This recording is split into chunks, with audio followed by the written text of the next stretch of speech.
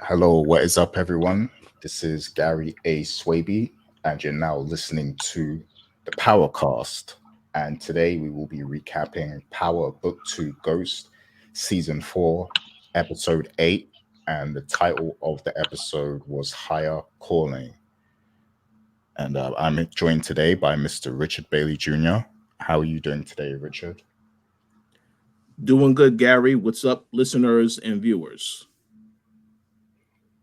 Indeed. And I am also joined by Miss Dana Abercrombie. How are you doing today, Dana? I'm doing very well. I'm excited to talk about this fictional show. We take sides on a character because that's bias. Yep. Yep, indeed. And yeah, so I am recovering from a flu, so that's why my camera is off today, unfortunately. But I am glad to be here, recapping this fine episode of Power that we just saw. There is a lot to talk about, especially leading into episode 9. So, we are going to get into our thoughts. I just want the people to know because, we read all those comments. We see them all, good and bad. Um, just, you should probably listen to the whole episode because we're very, very, objective. We're very unbiased. We talk about the good and the bad. We talk about what we liked and what we disliked every week. So I just want that to be known. Of course, we have our rants like everybody does. Like I look on Twitter, there's mixed reactions to Power every week, so we're not the only ones saying these things. So I just want to put that out there. Um, but I know there's people who love Power and I love Power too. So I understand the passion. Just know that, we're gonna say the good and the bad. That's just how it is, because we're raw and we're honest and we're passionate. So that's what it is from us. But yeah, just wanted to put that out there. But I won't delay too much. We'll get right into our takeaway segment in just a moment. But I do want to say that we appreciate the people who do repeatedly comment. Whether it is good or bad. We appreciate everybody who does make that commitment to leave their comments and share their thoughts on Power with us every week. We value you all because it really feels like a community. So we appreciate all of you that do take the time to leave a comment. And I can't wait to see, what everybody has to say this week. So please do leave your comments, hit that like button, subscribe to the channel, check out the entertainment channel, the gaming channel. The gaming channel is going to get very busy over the next few weeks. Me and Richard are working on some things. Dana's always busy. She's a real press person out there in New York. So look out for some great content on the entertainment channel. And of course, go to the koalition.com also, Koalition with a K. That's where you're going to get all the news, editorials, reviews. Basically, a collection of everything we do is on the website. So go and check that out. But yeah, let's get right into our takeaways of this episode. And this week it is Richard's turn to go first. So, Richard, when you're ready, please do hit us with your takeaways. Yes, thank you, Gary. So let me start out by saying this episode this week, shockingly, some of you may be surprised to hear this. I actually enjoyed the episode. I'll get into why I enjoyed it, and then I will get into my takeaways. Now, if you have ever been watching the Power shows, you ever watched the advertisement for the Power shows, they always have this set piece of like, this is a game of chess. And this entire episode was just everybody making moves, positioning themselves on certain sides to prepare for the inevitable war that's going to take place in the next 2 episodes. So from that standpoint, it was entertaining because even though I think we all knew some stuff that wouldn't potentially happen in terms of certain people teaming up. So yeah, I give them credit for that. So looking forward to seeing what happens next. Now, let's get into my takeaways for this week. First and foremost, I want to talk about Brayden and Tariq in this episode. We do know Tariq's history with Monet. She referred to Tariq as her thinker. And right at the start of the episode, they're having a discussion talking about how they're going to deal with Noma and Carter, and that they have this plan to set them on a collision path to basically take down each other. So as this is going on, and Tariq is trying to leverage and figure out how he's going to deal with Carter, as well as Noma, Brayden has a bit of a side story going on in this episode as well. Now, shout out to Dana, because she actually interviewed Gianni. You guys, if you are watching on YouTube, you saw a clip. You'll eventually see that full interview. But I thought that was a very interesting interview, because in this episode, Brayden, we know that he makes the decision to move out. Of course, he has the ongoing conversation with Tariq, a lot of tension. And Tariq talks about he never thinks through a plan. So he gives him a lot of grief because of that. But Brayden pretty much, he does tell Tariq, I love Elle. I want to move out, want to try to, move in with her. And then when he goes to see Elle, you see that she basically has had an overdose based on having a bad batch. Now, as the episode progresses, he does get a hold of her phone, finds out that she got these drugs from this drug dealer named Steve. Rest in peace, I guess. But yes, he finds out this information, and him and Tariq have this plan to go and basically scare the guy. Now, obviously, Brayden does take a hit before he gets there with Tariq, and then he has this crazy reaction, goes off the deep end, makes the guy snort, holds him at gunpoint, and then eventually kills him.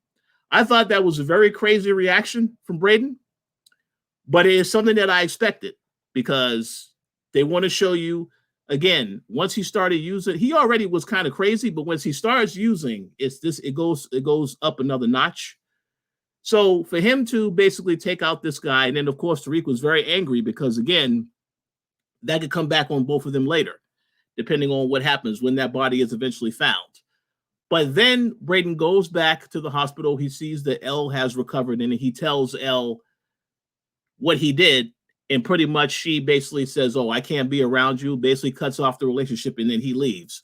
So I'm very curious to see what happens to Brayden from here on out, because when we get into the talking about the trailer for next week, Brayden is not in that trailer next week. So, I mean, I'm very curious to see what happens with Brayden moving forward, because that relationship obviously was very important to him. So the fact that now he has lost that to an extent, I want to see where they're going with that. Now, as for Tariq in this episode, Tariq, while he is trying to maneuver and plan all these things that he's trying to do to take out Carter and Noma, they did have a scene in this episode where he basically met up with Diana. And we know the last week, Diana, all the stuff that happened with Diana, obviously she does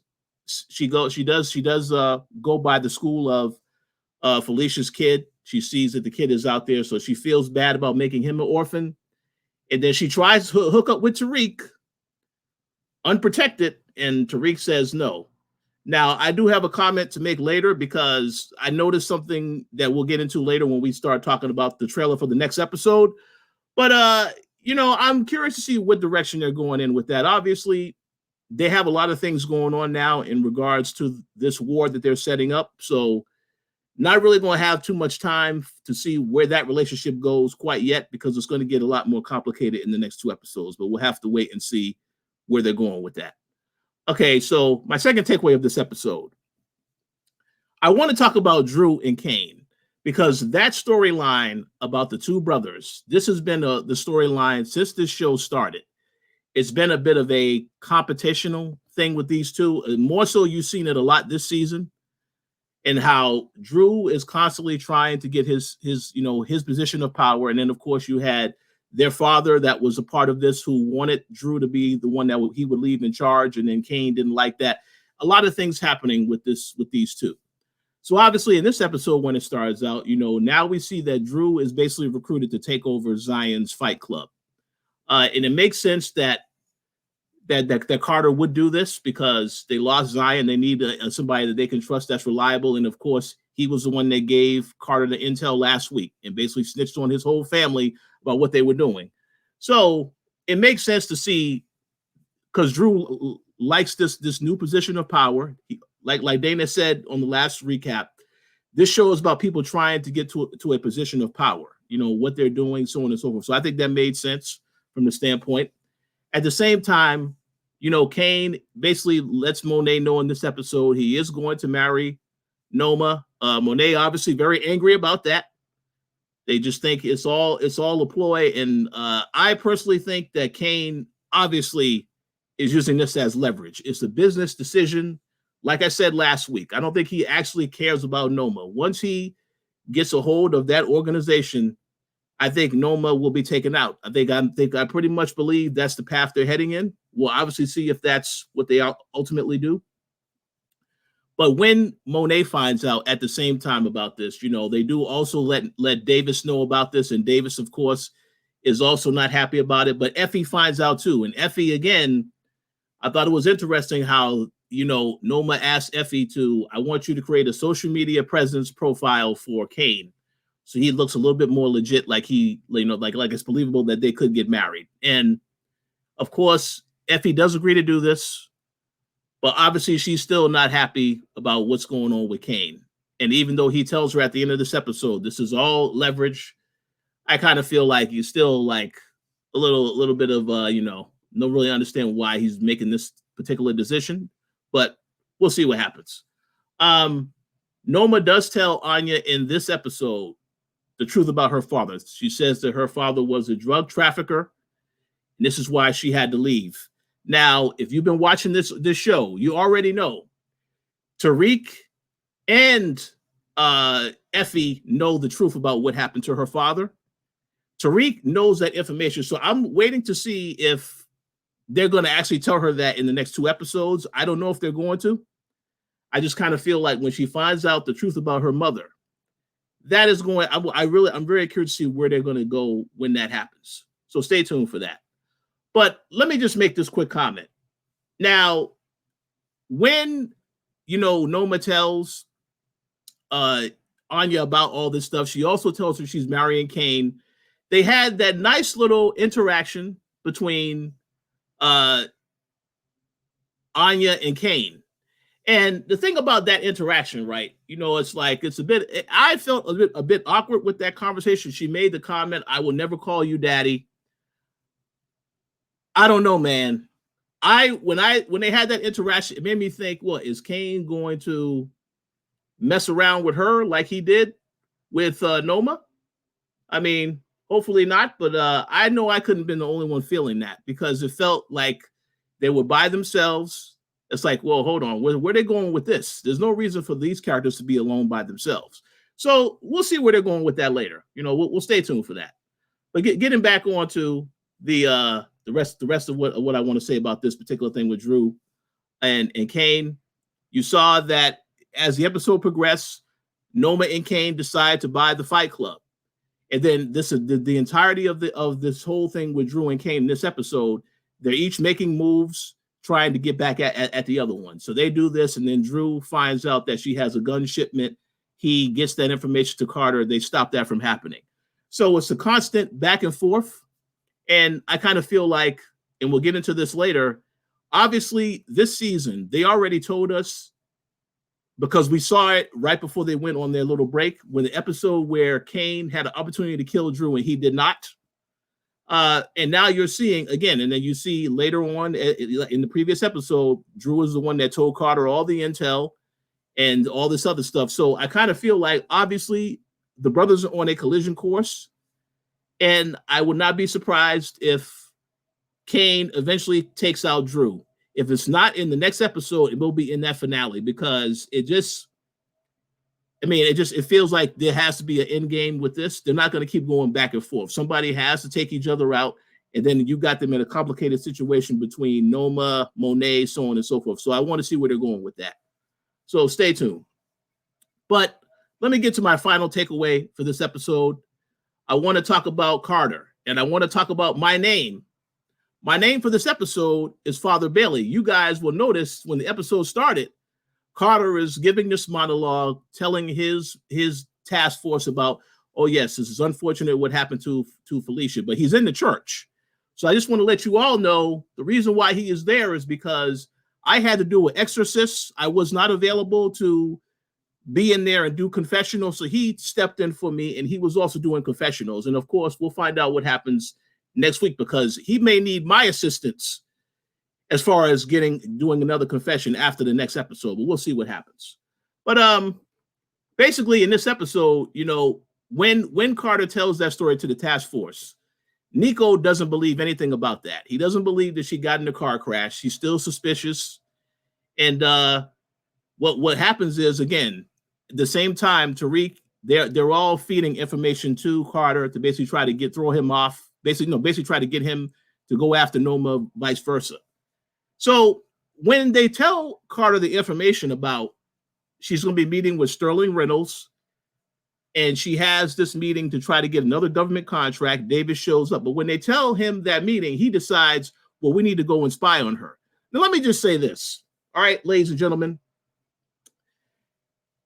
if you are going to spy on somebody, I think you should have a vehicle that is less suspicious. A pickup van, very suspicious. That tells me, oh, somebody, hey, if I know I'm doing something illegal activity and I'm going somewhere, and then I see and I notice a car outside that looks suspicious like a pickup van, okay, yeah, it 100% makes sense. So Carter, I don't think Carter thought that through at all. But obviously, that's where all his equipment was, in that van. So this is why he used that van. But I thought that was very obvious, that it stands out. To be in a vehicle like that and think you're not going to get spotted is just ridiculous. So I did think that was pretty hilarious, but we'll see what happens.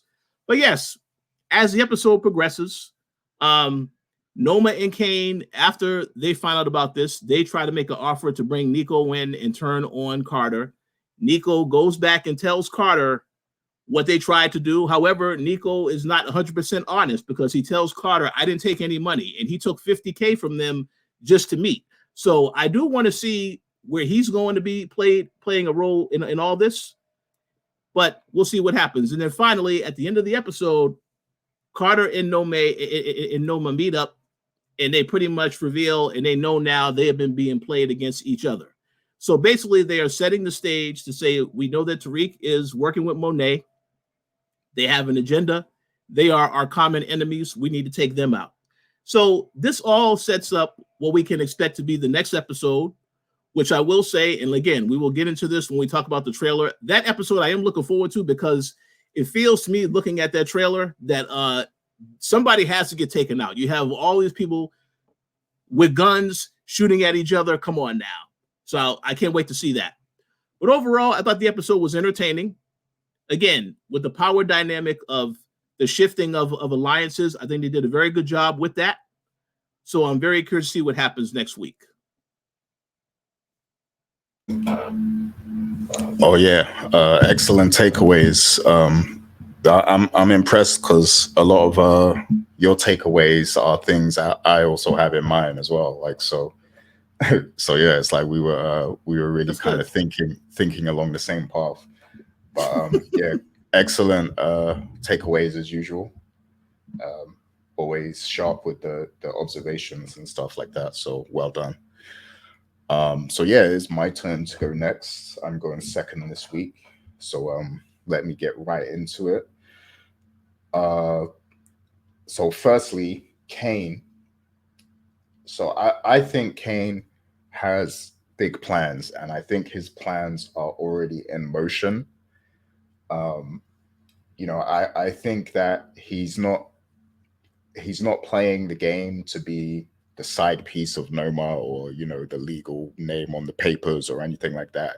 He's playing the game to take over, and I think we're going to see that next week. I think he's going to make his move next week, and I think this episode is very much the setup. It's the episode where he tells everyone, I'm getting married, and we get all the reactions and the drama and the theatrics from that in this episode. But he's really going to play his card the next week, I feel like.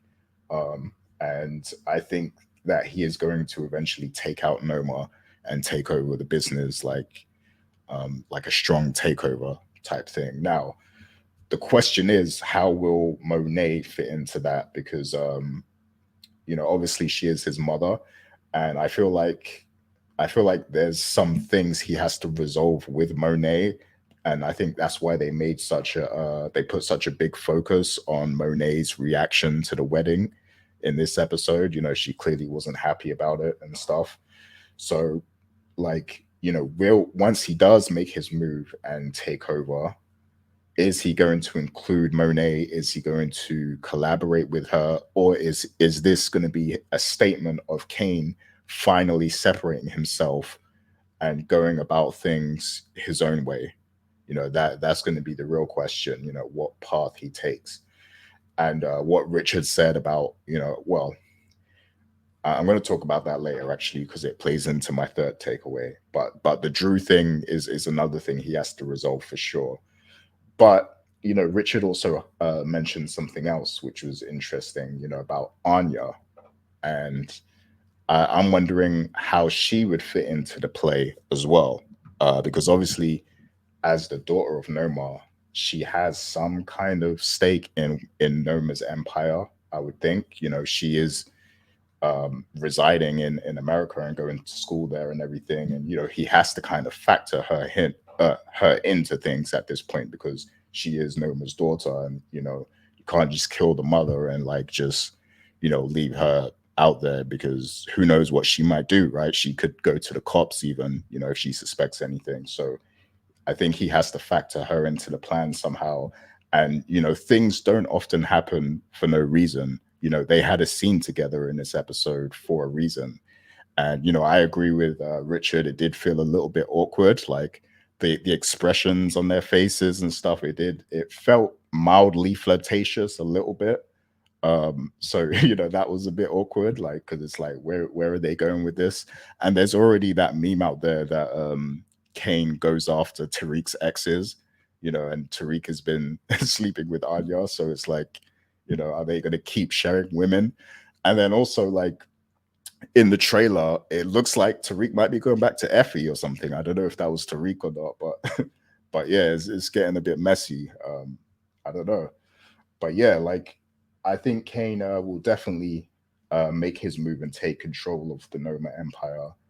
But I think at this moment that we're at in the story, I think his heart actually sides with Effie a little bit. Like I think he actually cares for her, and I think a lot of the reason why they showed us Effie's mother in this episode, because that I was trying to figure that out too. Like why did they do this? What was the purpose of us seeing Effie's mother and the conversation they had? So like it seemed like they wanted to show us that to basically tell us that Effie is this misunderstood character. She's very misunderstood. No one understands her. They all think that she's selfish and doing things for herself. But, it seems like Kane is maybe the only one that understands her because his quest for power kind of resembles hers, like because people might look at Kane and think he's selfish because he makes moves for himself.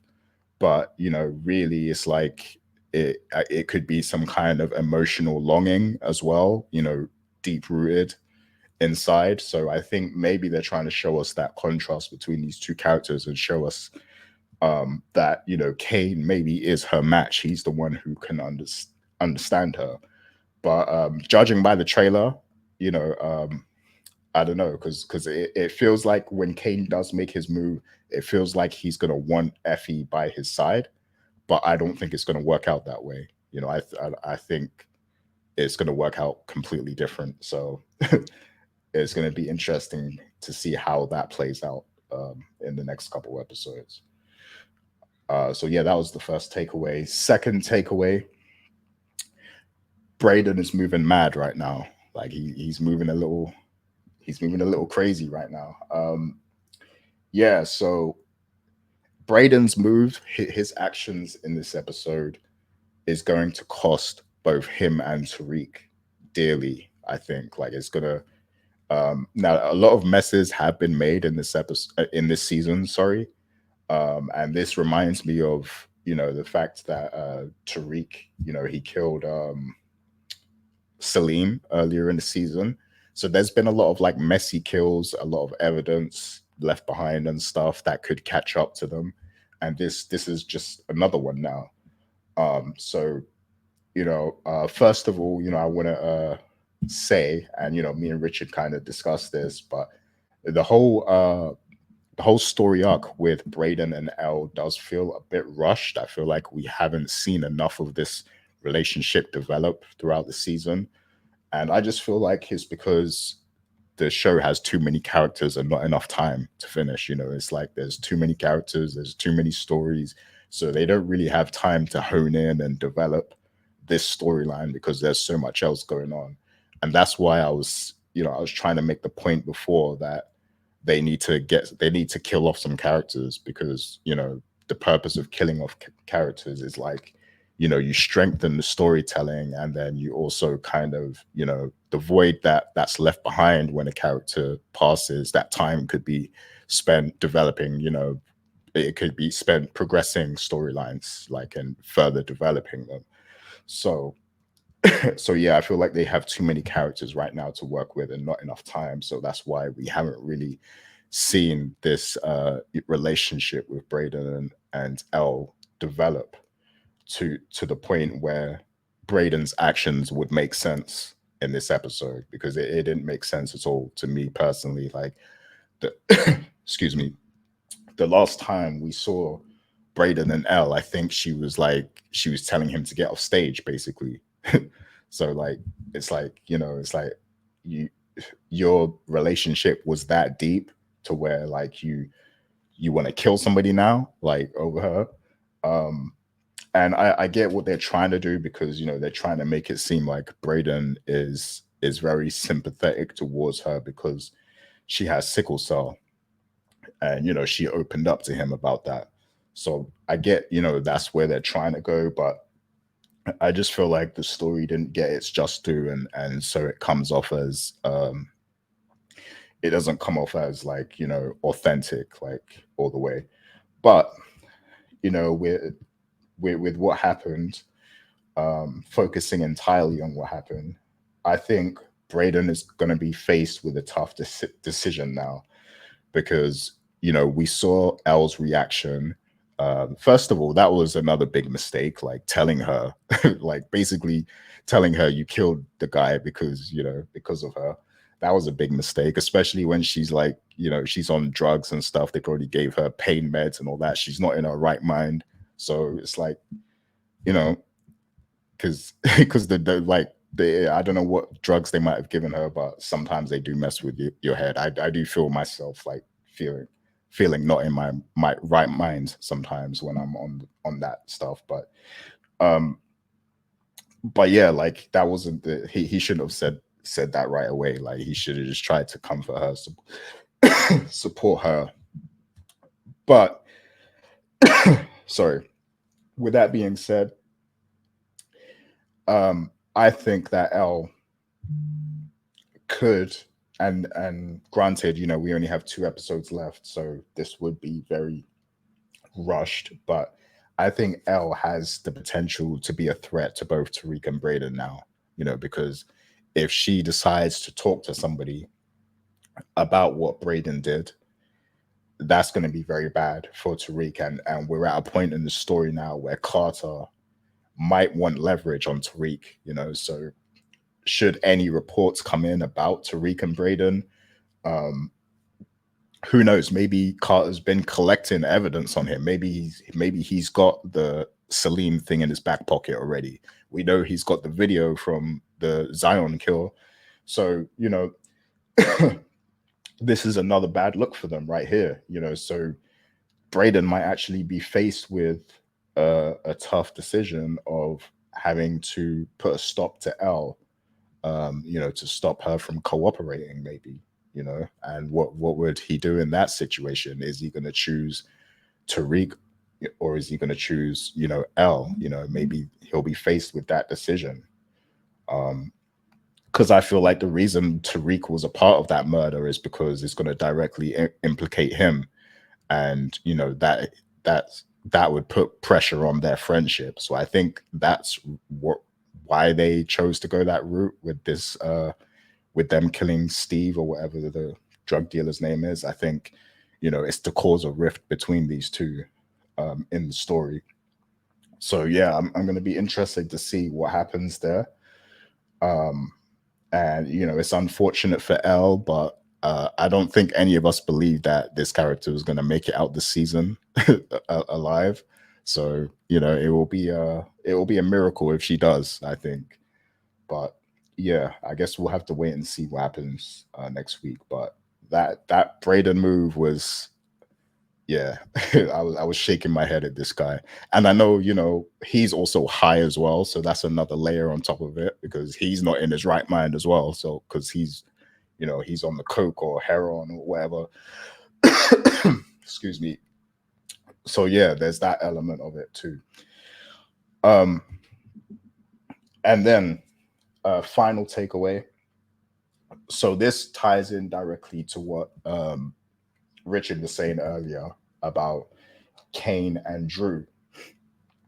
Now, in my opinion, this rivalry has been going on for a very long time, like since the first season, basically. And they keep kind of dangling it in our faces. Um, excuse me, let me just get a drink real quick because my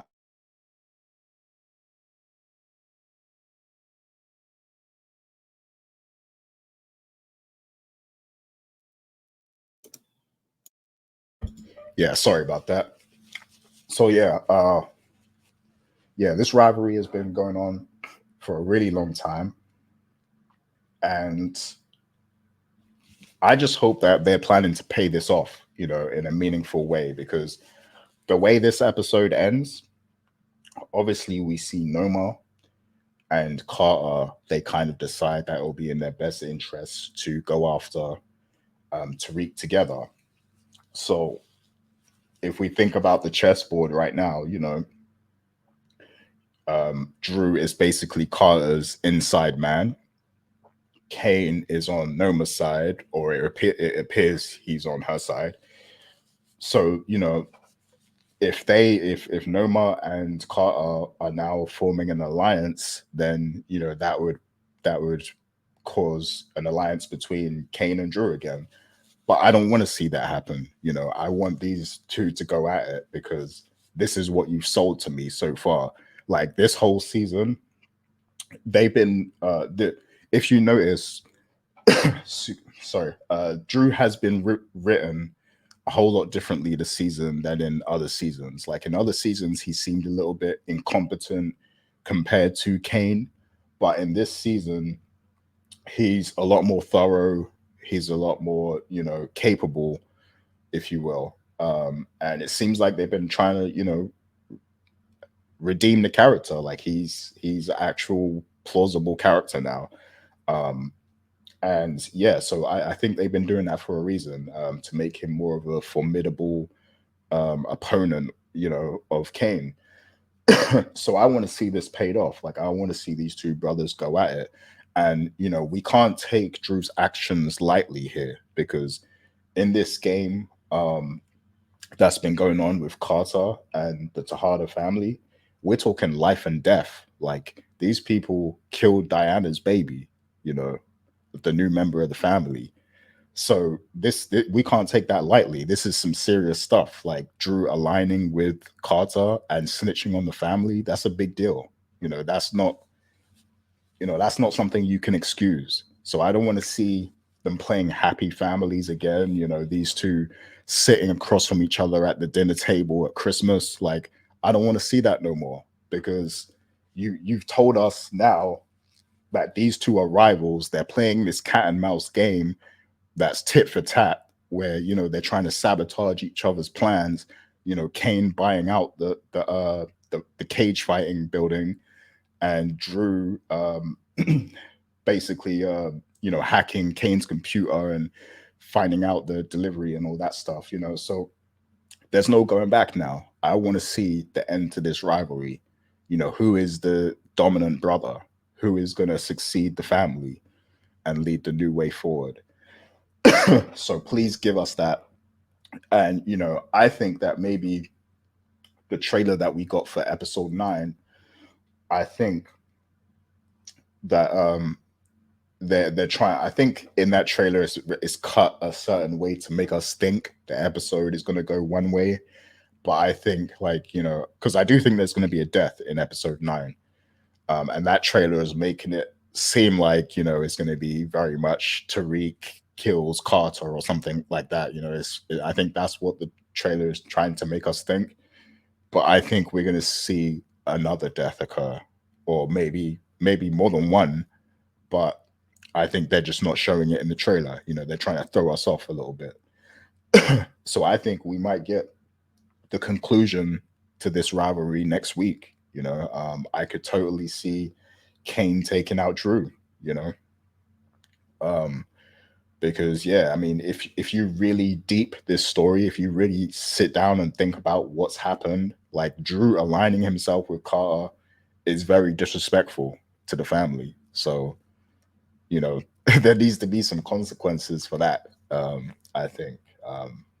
And that's not even mentioning all the stuff that happened before that, in before earlier in the season, and then in the previous seasons.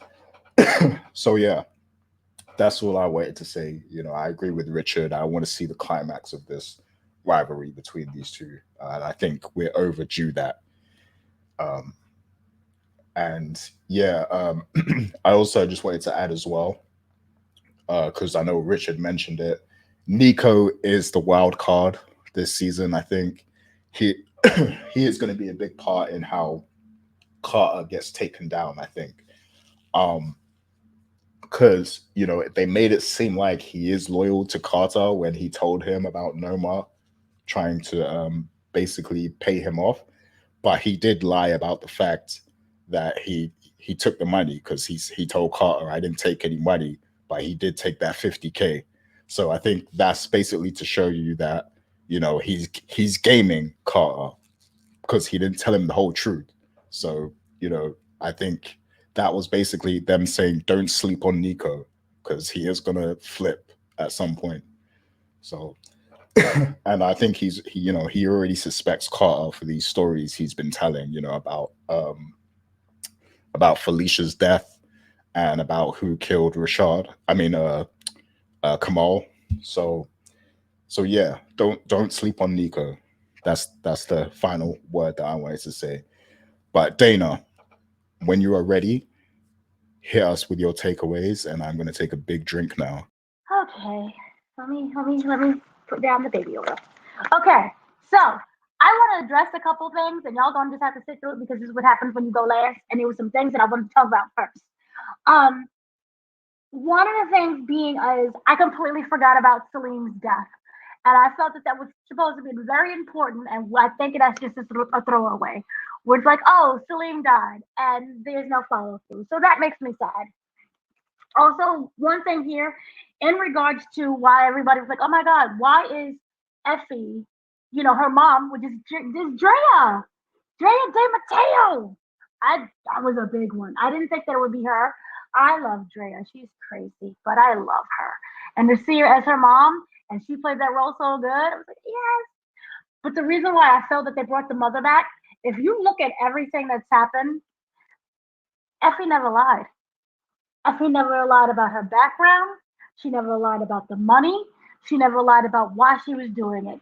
And Drea, as the mom, solidified that when she was like, "Oh, you want me to give you money because the guy who molested me dropped dead on you. So now you're coming to me." And she was like, "I won't even, pee on you, essentially, if you was on fire." So that to me made me very scared because the one thing that we didn't get, unless you count the fetus, we didn't get a death of an innocent. And I truly believe that Effie, even though she is in this game and she's doing things, working with the Russians and she's working with Noma, none of that has really been something that she wanted. It was just so that she can meet a goal and also Noma threatened to kill her. But it was, to meet a goal. And I feel that her relationship with Kane will hit him the hardest if Effie is murdered. And that's when we can get like a retribution thing with him where he just goes completely crazy. Because we need that from him. We need that complete firecracker that we got in season 1. He was that in season 1. And that's kind of, that flame has died and we need to see that return. So if Effie is taken out, Boom. There you go. He'll just go completely crazy on everyone. So I wanted to bring up that. Another one, Drew, I feel now, is the apex predator. He's more of an apex predator than Tariq and his old, TED talk of I'm an apex predator. I have to be smart in this. I'm an apex predator. I think it's actually Drew now because Drew, remember in last seasons, he was crying all the time. He was mopey. He was with his boyfriend. He was, kind of made the joke. And now he's kind of building himself up. In this episode, he didn't get beat up. Is this like the first episode ever where he just didn't get random, like even a punch in the face? So congratulations to Drew with that. And I have another question. I'll ask this question later, but there was one thing that I mentioned in regards to Elle. And this is why you always gotta think. If you're gonna do a murder, you gotta think and not be on the druggies. Um, so Steve is dead. His head is missing. It's part of the wall now. But they did a very good job at making sure that we saw that Brayden took Brayden took Elle's phone to text Steve. When they killed Steve, guess what they didn't take? His phone. So if I'm the cop, oh look, there's a cell phone. Maybe it'll say what happened. Oh, look, who's this girl named Elle? And then the police will come knocking at Elle's door. Elle knows that it was actually Tariq who did it. So there you go. Take the phone if you're gonna take someone's life. Always do that. And a computer too. So that's my thing. So to get into my takeaways, it was very interesting. We're back in class. Yay, school. I didn't even know we went to school anymore, but we're back in class. And today's lesson was about natural evil versus moral evil. And I think this is how we're doing the showdown with this finale. Who are the natural evil characters versus the moral evil characters? And natural, I took it as being, this is environmental, and moral is you were born this way. Or I could be mixing the two, but that's just how I took it. So the people who are purebred evil versus the people I have to be evil just, to survive. But I'm really not this way. This is a mask that I put on. And I think that at this moment, Tariq is, I have to put the mask on in order to survive. I have spoken with Gianni Paolo, which I think that's his name, the guy who plays Brayden. Brayden said this to me, and I'll try to not spoil the entire conversation, was that Brayden always had this in him. The thing was he was never given an opportunity. And now that he's given an opportunity to be completely crazy, he's going full steam ahead. And yes, he admitted that they rushed things. But he's going full steam ahead because this is someone and something that he's always wanted to do. So I'm starting to wonder if Brayden is that one who could have been born evil. And now that he is out being who he really wants to, there's no turning back for him. I asked him about the drugs. I said, are you doing this? Is Brayden doing this because of the drugs? And he said no. Yeah, I mean, you take the drugs to make you feel a certain way, and it may give you a certain edge, but no. This is who he said. He's what he said. This is who he is. So therefore, I'm starting to go, is this boy one of those moral evil people where he was born this way, and now you've created a monster that you cannot put back in the cage? And I'm starting to wonder, will he continue to jeopardize Tariq's entire situationship? And will Brayden have to be the one who has to die? Obviously we haven't seen, Brayden in his full glory. And yes, there were moments where he talked about Tommy, but I won't spoil the whole conversation. But that's what I'm starting to wonder. Is he starting to be that too loose of a cannon? Because this is who he really is. And now, he unleashed the dragon.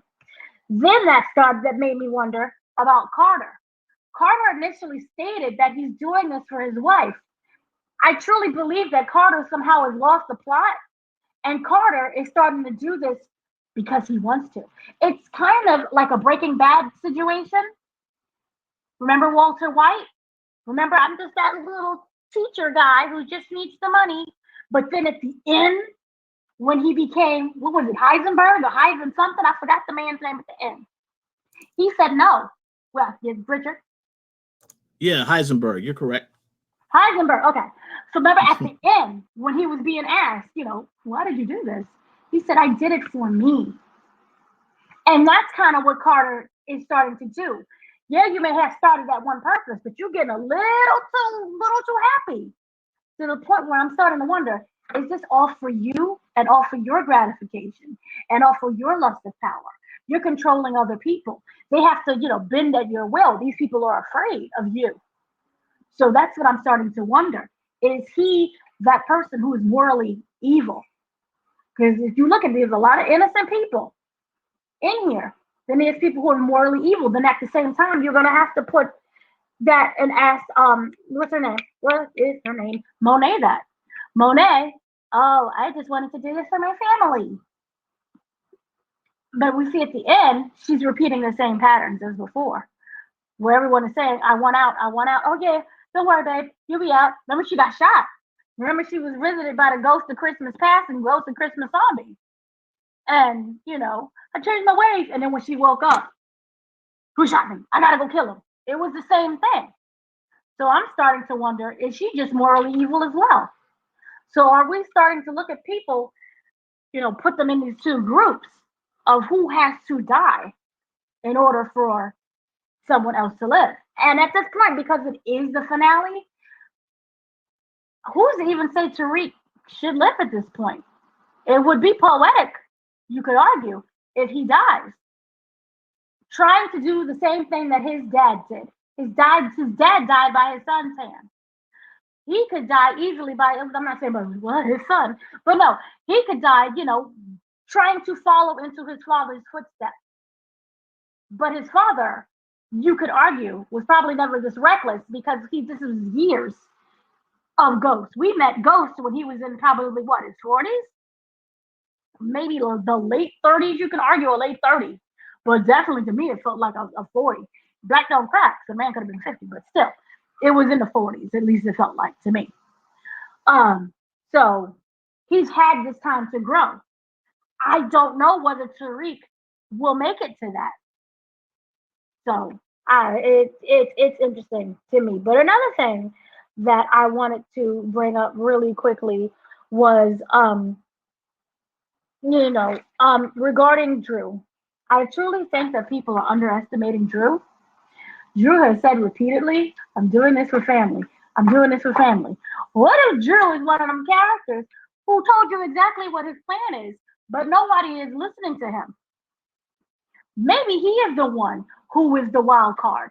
You can argue Nico, but Nico, I don't know, he took that money. He's showing his little signs. I don't know at this point. Nico knows information about Carter. Nico is upset about what happened with Felicia. The poor kid is running around motherless. So maybe Nico, to me, he seems like the lesser of the wild card compared to Drew. Drew never, I feel, he never lied. I'm doing this for family. I'm doing this for family. The whole situation between Kane and Drew, y'all seen brothers fight multiple times. I hate you, but if anybody else touch you, I'm going to kill them. Only I can touch you. But when they had a chance to touch each other, no one got touched. That sounds really weird. But the point is, there is that kind of animosity if I can't stand you in natural competition. There is that, brothers, family members. You look up, daughter and mother, competitive. Father and son, competitive against each other. Some justified, some not. So, I did view at first, but now looking back at it, I don't think that they're really a threat to each other. I think that, what Drew said to Kane when he was like, oh, you didn't know. Basically, you're just a pool boy. You're just being used. And, she'll get rid of you, basically like Obi. I think that really hit him. And now he has to rethink his game plan. But I think that Drew kept saying, I'm doing this for the family. I'm doing this for the family. You may not see why, you may not understand, but I'm doing this for the family. He's working on the inside. He knows a lot of information. So does Nico. And we don't know where Nico's going. I mean, at the very end, remember we had he told Nico, hey, tell him you want to meet. I'll just take your place. And him and Noma figured out that, hey, these two parties are trying to turn us against each other. And that could still very well work in terms of turning them against each other. The whole point, there could be an outer thing. Remember, Nico does work for the police. He is a police officer. So who's to say that they're not trying to frame them both together at the same time? Oh, look, they met. So that's just how I figured out. I think the situation it could be going. And then also for Davis. Lastly, I'll just talk about Davis. Davis' life is falling apart in kind of a way. I kind of wish we would have gotten more of that than some of these other episodes. All we saw of Davis was him hovering around and doing exactly what Corinne Steffens said he was. He filled me up, and I didn't know my body could take it anymore. By the way, she has a new book coming out. It's more like an added on because it's been some years. I think it's the 25th anniversary of that first book. But yeah. But the point is that I am making David's life is essentially falling apart, and he also is the wild card here. He's been on both Noma's side and on Tariq's side. And he's giving them both information back and forth, and he revealed a lot when it came to that jet engine. From Global Aircraft. I thought we could have just did a little bit more spicy of a name than that. From Global Aircraft. And so, he's the one that both sides kind of still need. I mean, once she marries Kane, he won't be needed anymore. He's disposable. But, he is needed, especially when it came to Monet and Tariq. And I look forward to what is going to happen. Who is going to say that he's going to survive? He might not survive. You double-crossed scumbag, and then she kills him. And, because right now he's been all over the place. He's not really been focused, and then he has been focused. So, we don't know. And then he's trying to sleep with everybody. So, I kind of fear for him as well. But everybody seemed to be really upset that no one told the marriage with Noma and Kane. And, they did say, hey, remember Obi? He's dead. So Davis can still easily be the next Obi. So we'll see with that. But that is all I have to say at this moment. I do look forward to what happens with Sterling Reynolds. We never saw him, Sterling Reynolds. So he works out of the State Department, and that should be really interesting to see what's going on. But I think that overall, this episode was much better than last episode. I didn't break my brain. So that's a good thing. I just kind of wish that we would have gotten this earlier, so that this could have been the jumping off point. So maybe if this was like episode, I don't know, 5, this would have been the jumping point, and that would have been like the cliffhanger where we saw Noma and Carter together, and everybody would be like, "Oh my God, what's going on?" And then we could have gotten into probably more detail with some things. But overall, much better than last episode. That's all I have to say so far. Oh yeah, great take. Excuse me. Great takeaways there.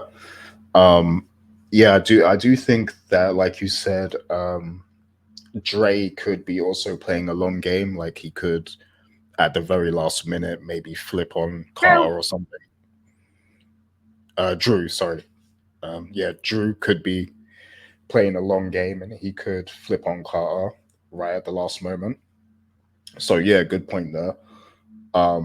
And yeah, also another thing I was meant to say in my takeaways is there was something about like the way this episode was shot that I liked. Like it had the feel of like a old school gangster movie kind of thing. Like just the way some of the conversations were shot and things like that. Just the way it flowed, it had that feel to me.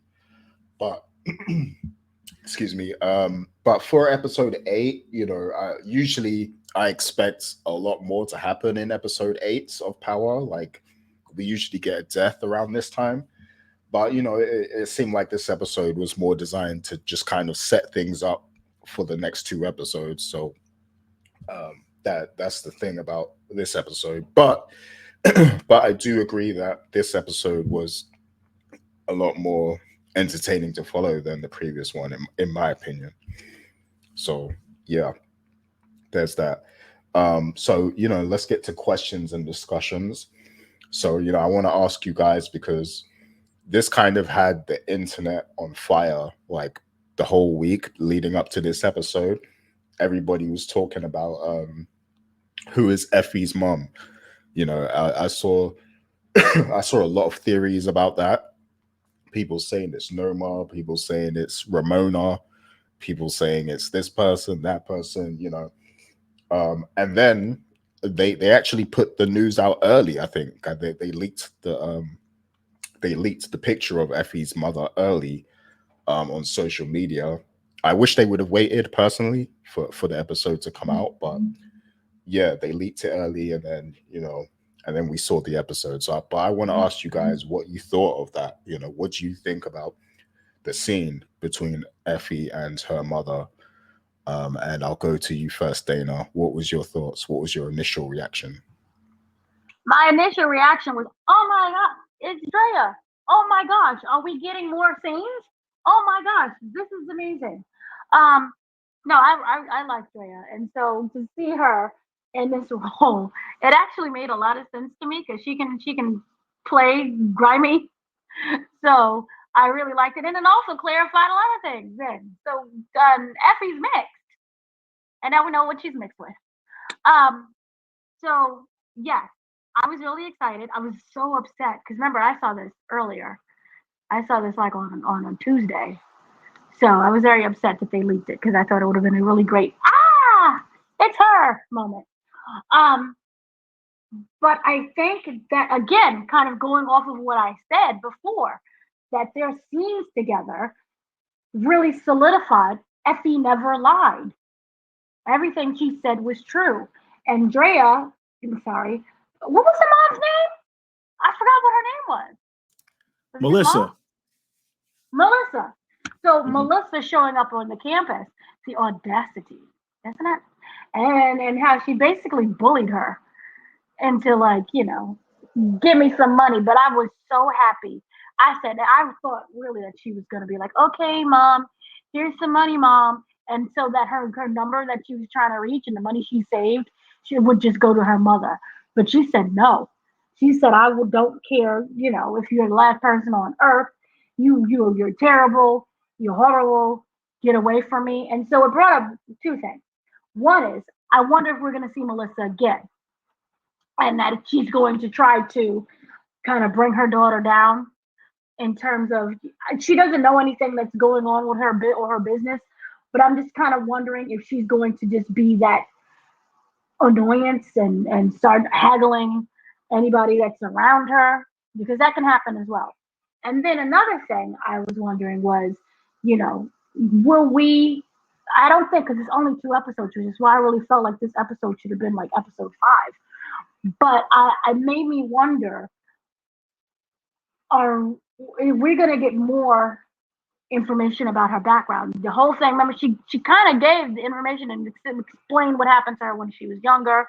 She explained that she left home, and she explained why.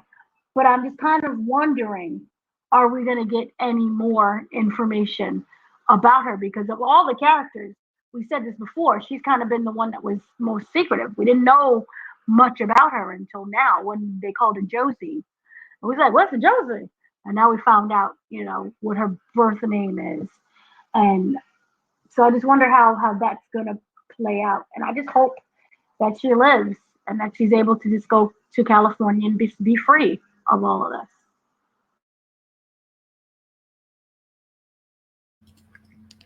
Oh yeah, definitely.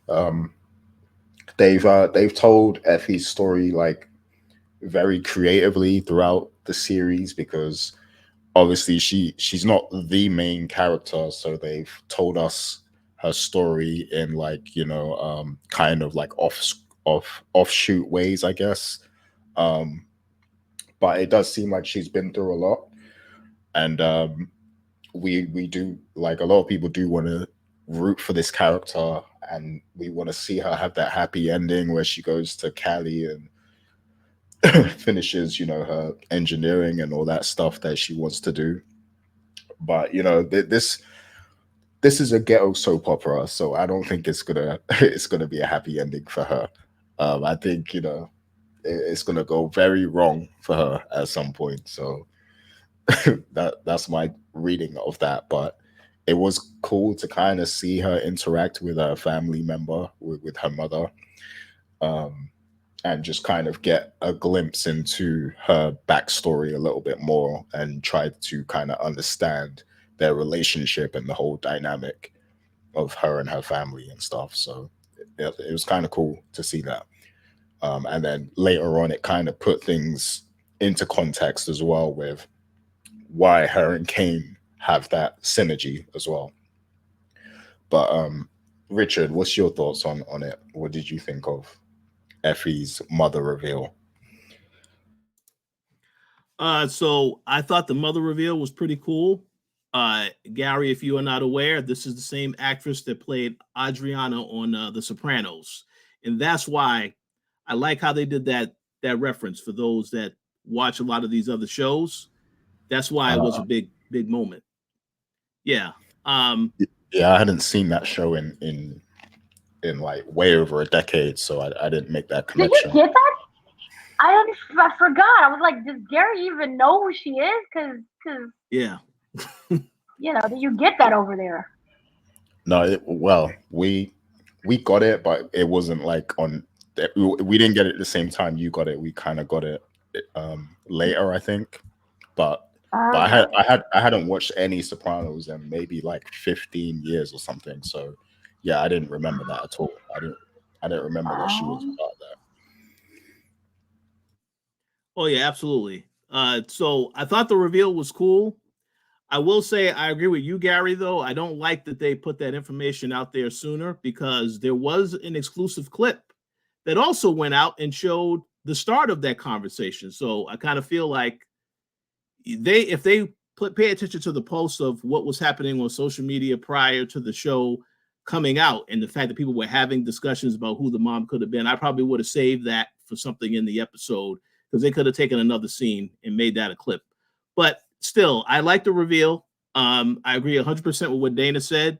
Reinforces that Effie was telling the truth, and it did make you further understand that character's relationship with not only her mother, but also why she has this bond with Kane.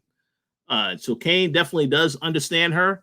But to go to your point, Gary, when you said that there will not be a happy ending, I agree 1,000%, because one thing we know about Effie, and again, this was reinforced in the season premiere, is that she always is in a situation where she has to choose whether to help Tariq or to help Kane. Because if you recall at the start of the season, when they were looking for Tariq, she gave him a warning and said, hey, they're at the campus. We're at the campus. They're trying to get you.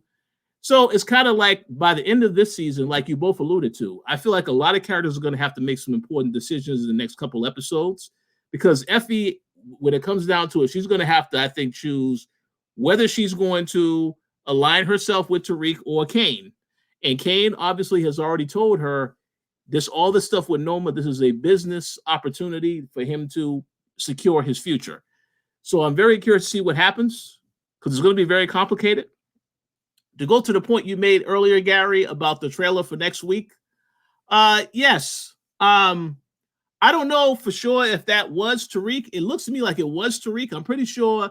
For those of you commenting on the show, leave your comments and let us know what you thought about that trailer, if you think that was Tariq in the trailer. But I will say this, if it is Tariq, that will be quite interesting, because we know that in this episode, Tariq did not hook up with Diana. And you know that Diana and Effie now, they don't like each other now. We saw them have their falling out already this season.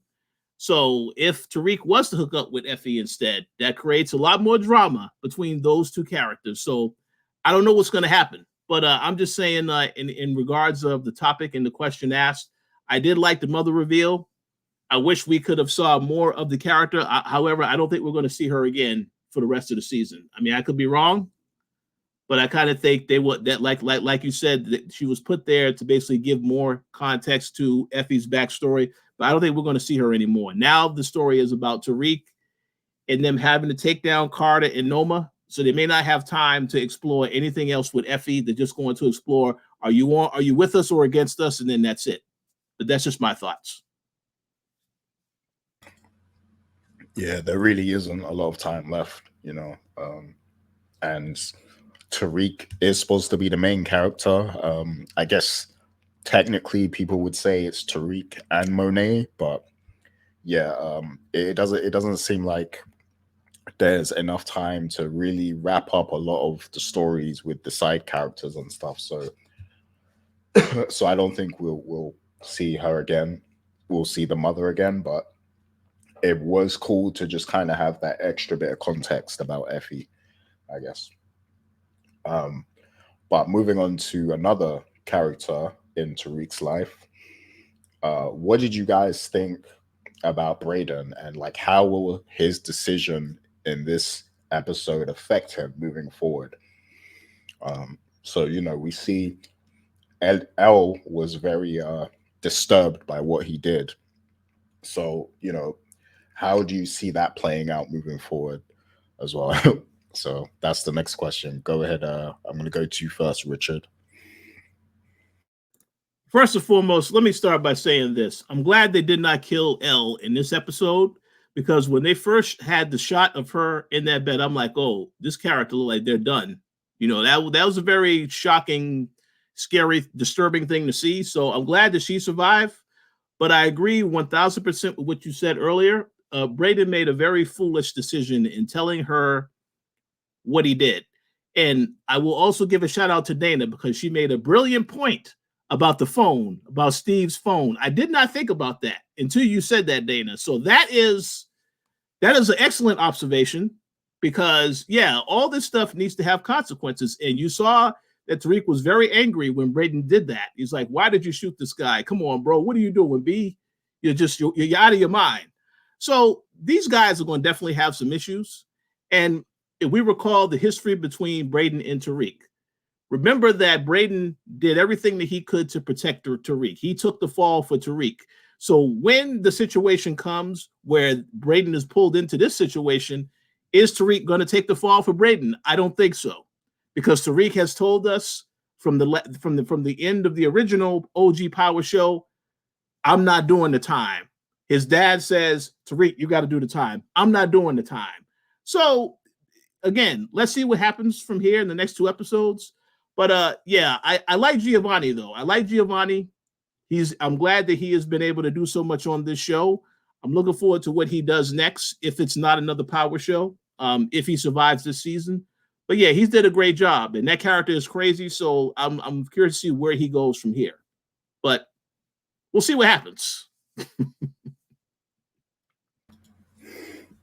Yeah, and what Brayden did, like, it felt very Tommy-ish as well. Like back in original Power, it felt like something Tommy would do with Ghost, and Ghost would then have to clean things up, or fix the situation, if you will.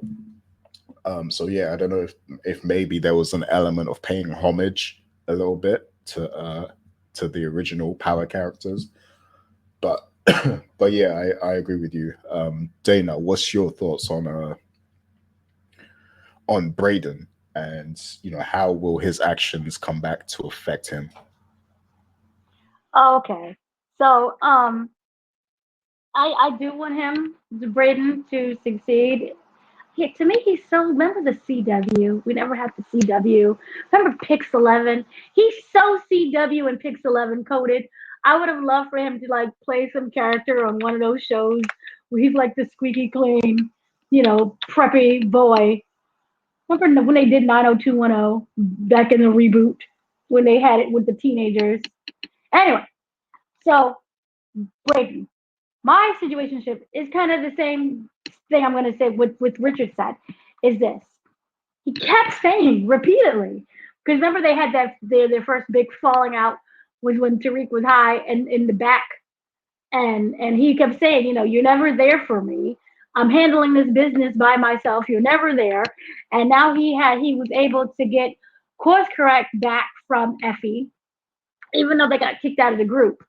But he's like, I'm making moves, and it's like just by myself. Because essentially it seems to me that he's kind of tired of Tariq. But at the same time, Tariq was there for him when it came to Steve. He was there. They were together. And even Tariq was, he's trying to talk to him and put some sense in him. But I think Brayden, remember, he kept saying, I got this. I know what I'm doing. I'm moving fast and smart. Not smart, but he's moving fast. I'm kind of wondering, will Tariq not have to be there, not because he doesn't care about Brayden, but because one, it could be a lesson to be like, look, you're not moving smart and fast. I tried to tell you repeatedly, go stay in that little jail cell until you figure it out.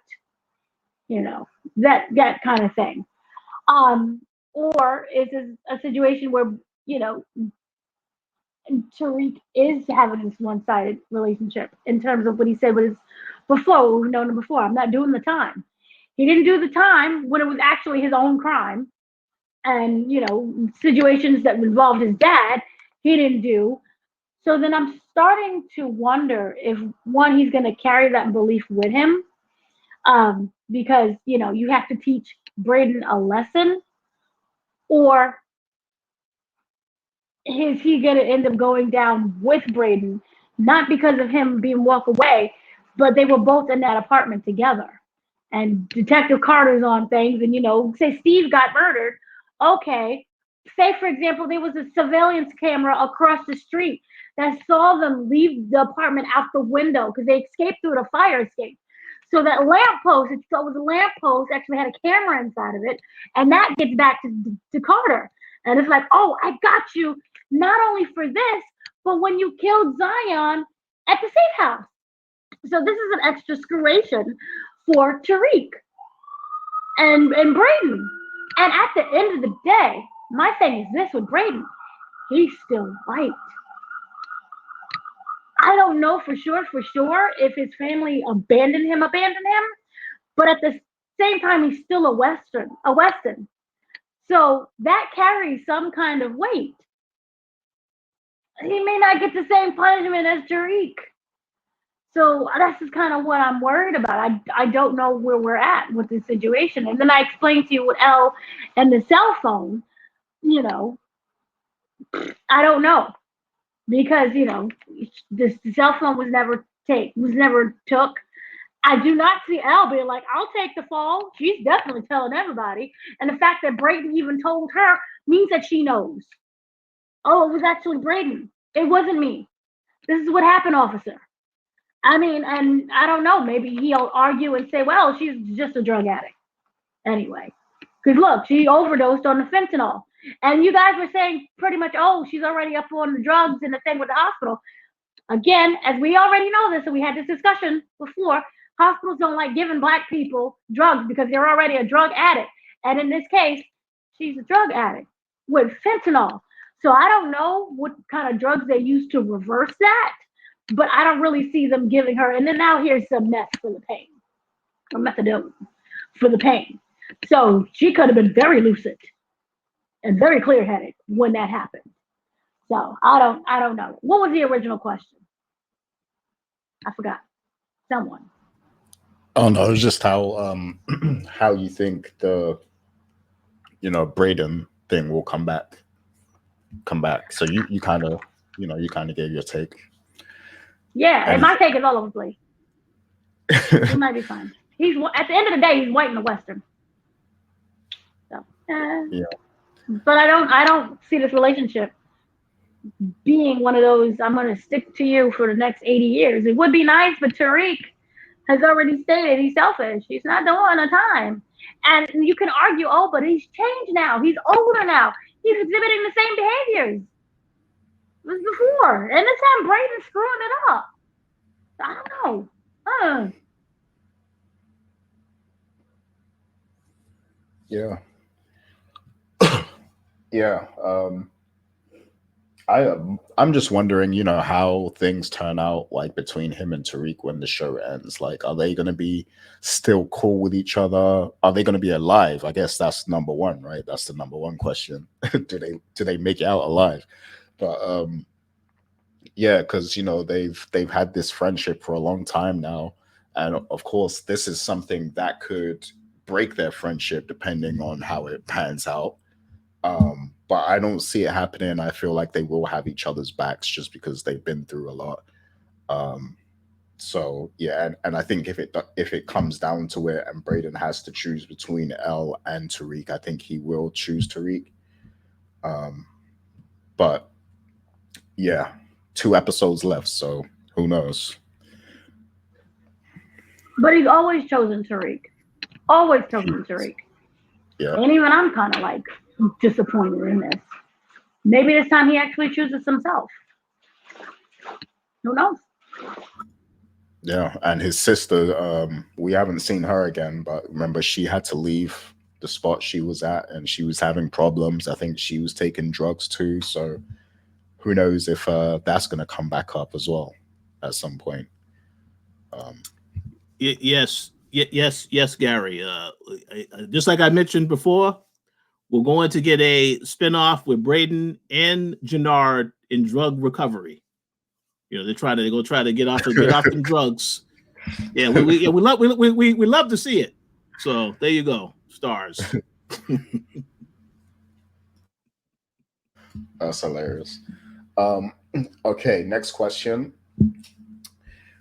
So, Tariq and Monet's strategy in this episode was very much, let's let's put a battery in Carter's back and Noma's back and let these two take each other out, like, and get rid of both our problems.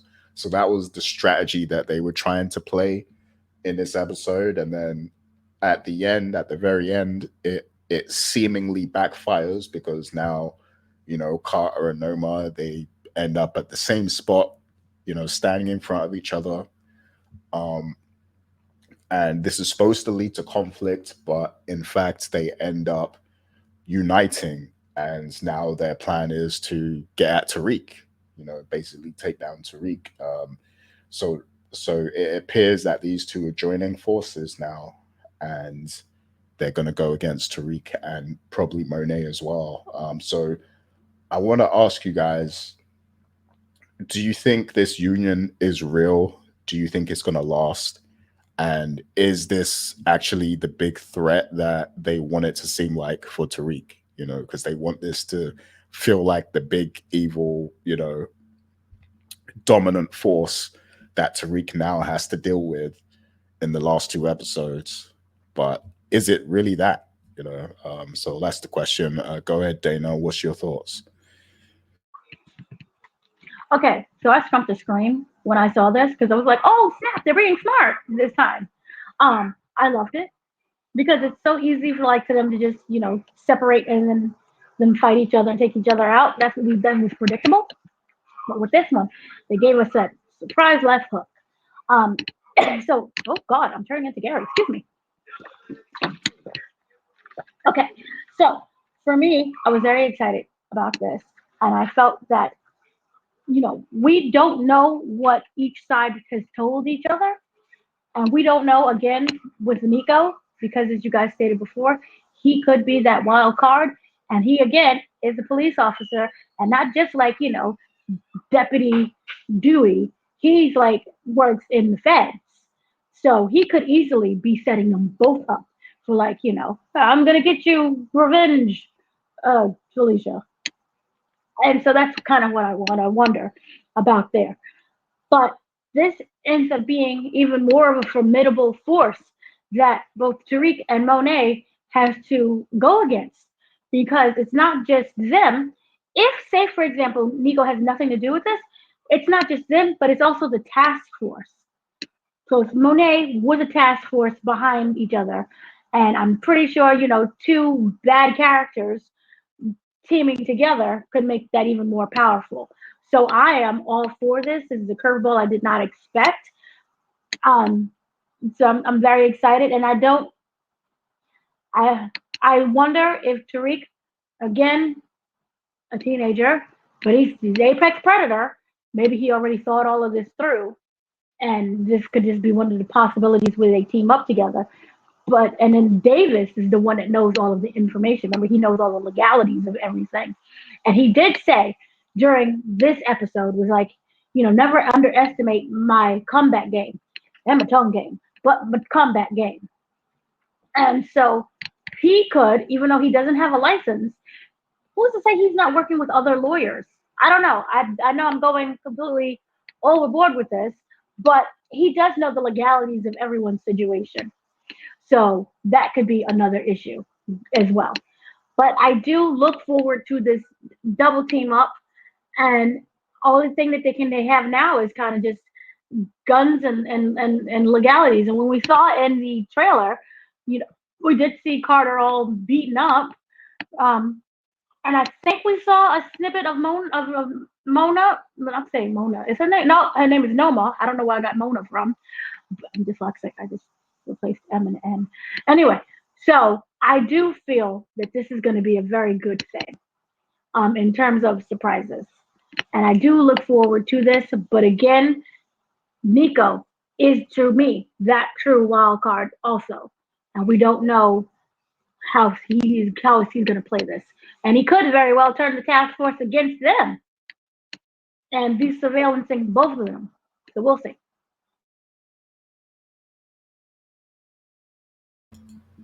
Oh yeah, yeah, and yeah, we're gonna talk about the trailer in a moment, but it did seem like Davis is, he's sounding very urgent in that trailer. So I think I think Carter might still have a score to settle with Davis. So I wonder how that would play into things, into this new union that's forming between Carter and Noma. But Richard, what's your thoughts on this team up now with Carter and Noma at the end of the episode? Well, I think the team up makes a lot of sense. This entire season, Kane has tried to not reveal to Noma that Monet is the one that she really should be going after. I mean, they've been trying to keep them apart for quite some time. So to have this team up of Carter and Noma, it 100% makes sense to the storytelling. I will say this, from Carter's perspective, Carter does have a lot of leverage over Tariq. As you guys already mentioned, he has the Zion footage. He could very well have access to other stuff that Tariq has been doing. But the other thing that's important is that, remember how Carter was introduced with Tariq, and the fact that he brought up Tasha. And because we'll get into this later, but when in that trailer, Tariq was talking about, oh, it's war now. So that makes me think something is going to happen in the next episode that makes Tariq really want to go after Carter, like maybe something personal. So stay tuned for that. But the thing is that he can definitely use that as leverage to hold over Tariq. Not only do I have the footage, but if you try anything against me, I know where Tasha is. I know where your sister is at. I don't have a problem, dealing with that situation. And yes, Tasha is not considered innocent because she was in this game as well. So if they were to take her out, it makes sense because, again, this person is still a criminal to an extent. So let's see what happens. As for Noma, I think the most of the interesting thing about that is that, again, Kane and Tariq still have some unresolved issues among each other. Obviously, right now they are shifting the focus for it to be about Kane and Drew, but that is another situation there because Kane and Tariq. I still cannot forget Kane beating down Tariq last season, and that was showed you very quickly that Kane, if they get into a fight, Kane can hold his own against Tariq. We haven't seen Tariq hold his own against Kane yet. So I am hoping, and we do get some type of confrontation between those two in the next two episodes. We'll see. But yeah, I do think as far as him being on Noma's side, that is definitely going to be an issue for Tariq if they decide to go down that path. But overall, I think the alliance makes a lot of sense because, it gets to the point now. There's no he said, she said, all this going back and forth about who is behind all of this. Now they got to the nitty gritty. So again, I expect nothing but action from here on out with everybody involved. Everybody has chosen their sides. Now let's see how things progress. because there's only 2 episodes left of this particular season. We're not talking about the spinoff yet, but we'll see what happens. Go ahead, Dana. You triggered a memory for me. Felicia and Nico were close. Now we don't know how close. We don't know if they were pillow talking, but we do know that they could have easily been talking. And when you work for someone, kind of against your will, they tend to collect evidence sometimes. And remember, Carter kept saying, made a point, and you put this in the script. Is that the only copy you made? Felicia said yes. Who is to say that Felicia does not have collateral on her situationship that she gave to Nico? Because they are close. And remember, in this episode, he stated, I know you two were close. So, are you suggesting that she pulled the sacks, sending information? That's possible. Very possible. And speaking of sacks, whatever happened to the file? I'm so sick and tired. Where's the file? Where's the file? I won't be triggered. Brayden has it. Brayden has the evidence that Agent Young had, because I know he said that he has that. So we'll see if that ever comes into play, because he still has it. He still has it. I'm wondering, and this makes me wonder whether or not Brayden is going to turn on Tariq. Because you have not been my friend. I need a friend, and you're not there for me. Or does this, by Tariq technically being in a room with him and going to see Steve, does that clear him of anything? It's like, well, you was here for this, so I can forgive you for when you did miss things. We've both been wrong, so let's forgive each other and start anew. That's a great point. And to answer your question, my opinion, if Tariq, if Elle is ever questioned by the cops, and she makes mention of the fact that, she knows that Tariq and Brayden were there or whatever, and they did this. If Tariq decides to go after and kill Elle, then yes, Brayden turns on him 100%. I think that's what I could see happening. But again, I don't know if they're going to do that, but something is going to happen, I think, in the next episode in regards to that, because Brayden isn't in that trailer. He's not in that trailer at all. And I don't really know what that means. It could just be, again, they're just putting certain stuff in the trailer to make you think, but we'll have to wait and see. We'll have to see. Also, I just kind of wonder one of two things. By making Elle a drug addict, we do know that it helped to speed up Brayden and what was going on with him. But I'm just kind of wondering, did they set that up so that will be her downfall? She already did one overdose. Are they setting up like a trail to say, well, she overdosed before, so if she randomly died of an overdose, hey, this is just her pattern of behavior. Oh, no, it's fentanyl. So she could easily be taken out as well. But then it's just one of those characters I just don't care about because we haven't had time to care about her. Yeah, we'll see. I agree. Yeah, great thoughts all around. So at this point, we mentioned the trailer a lot, so we have to get to the trailer now. So as I mentioned earlier, I feel like, although the trailer it comprises of a lot of shots from episode 9, I do feel like they're expertly put together to make us think a certain way and for our minds to go down a certain path. So, it seems very much like this will be Tariq's quest to take out Carter. It does seem like there's a lot of action going on. So, that will please those of us who have been waiting for some action and some death. But, what do you really make of this trailer, and what are they telling us, and also what aren't they telling us? Because what they aren't telling us, I think, is going to be, a major part of where we go in the finale. Because they're definitely hiding some things from us, I think, with this trailer. Like, it's very brief and it's very edited. So what did you guys? What's your analysis of this trailer? Basically, is what I want to ask you guys. So Richard, what's your thoughts on the episode 9 trailer? Well, this is the episode before the finale, and it looks as though that the stakes are at their very highest. Um, Based upon the trailer, it will make you believe that yes, it's an all-out war that is happening in the next episode. There was a shot of Davis pulling out a gun. You see Noma in a shootout, what it looks like Diana and Drew in a shootout as well. So I kind of feel like there's a lot that happens, and then of course Tariq does pay a visit to the church, which, as Dana and I were talking about before we started recording, it looks as though this is a very important, I guess you could say, landmark in regards to Carter's storyline, because he's always in the church. You know, every so often he was in the church in this episode.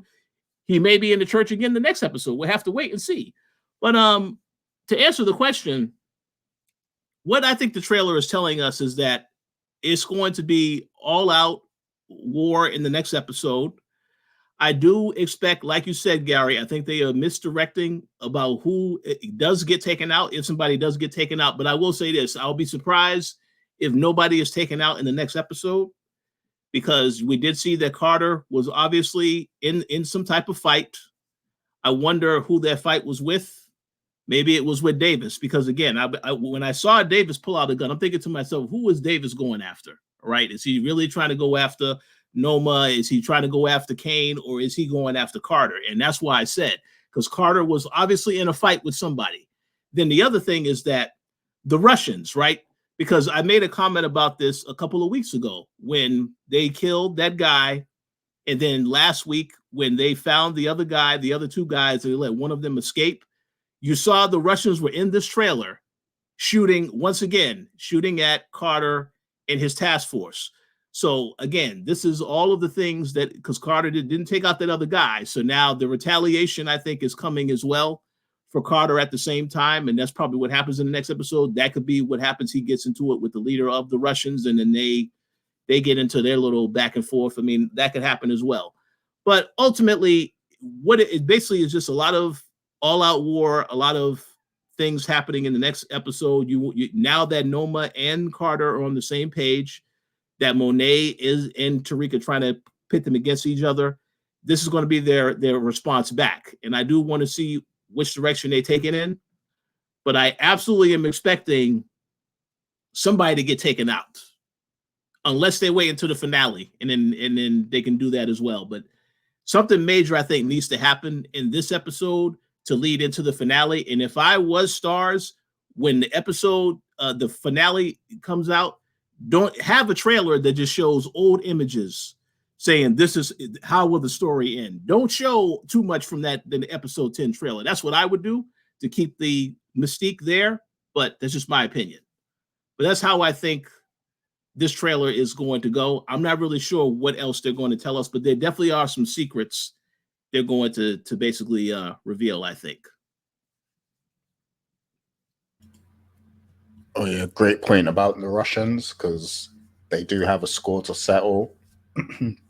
And Effie, of course, she had kind of a good rapport with the Russians. So, maybe Tariq ends up going to Effie, to kind of set something up with them. Who knows? But yeah, that's a great point.